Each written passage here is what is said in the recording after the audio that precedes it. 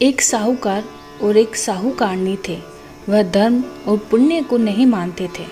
इसके कारण उनके कोई बच्चा नहीं था। एक दिन साहूकारनी पड़ोसी के घर गई। उस दिन संकट चौथ था। वहाँ पड़ोसन संकट चौथ की पूजा करके एक कहानी सुना रही थी। साहूकारनी ने पड़ोसन से पूछा, तुम क्या कर रही हो?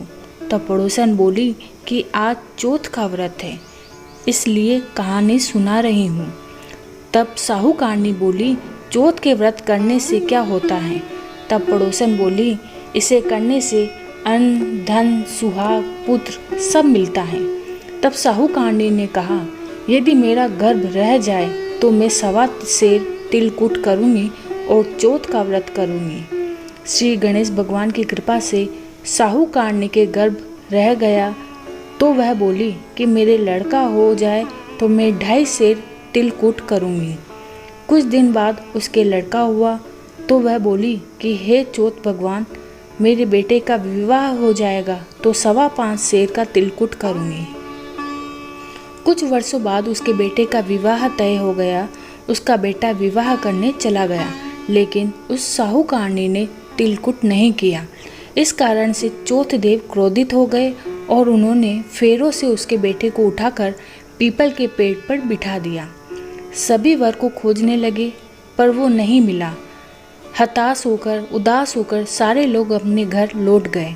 इधर जिस लड़के से साहूकारनी के लड़के का विवाह होने वाला था, वह अपनी सहेलियों के साथ गणगौर पूजने के लिए जंगल में दूब लेने गई। तभी रास्ते में पीपल के पेड़ से आवाज़ आई, ओ मेरी अर्ध ब्याही। यह बात सुनकर जब लड़की घर आई, उसके बाद वह धीरे धीरे सूख कर कांटा होने लगी। एक दिन लड़की की माँ ने कहा, मैं तुम्हें अच्छा खिलाती हूँ, अच्छा पहनाती हूँ, फिर भी तुम सूखती जा रही हो, ऐसा क्यों? तब लड़की अपनी माँ से बोली कि वह जब भी दूब लेने जंगल जाती है तो पीपल के पेड़ से एक आदमी बोलता है कि ओ मेरी अर्ध ब्याही। उसने मेहंदी लगा रखी है और सेहरा भी बांध रखा है। तब उसकी माँ ने पीपल के पेड़ के पास जाकर देखा तो यह तो उसका जवाई ही है। तब उसकी माँ ने जवाई से कहा, यहाँ क्यों बैठे हो? मेरी बेटी तो अर्ध ब्याही कर दी और अब क्या लोगे?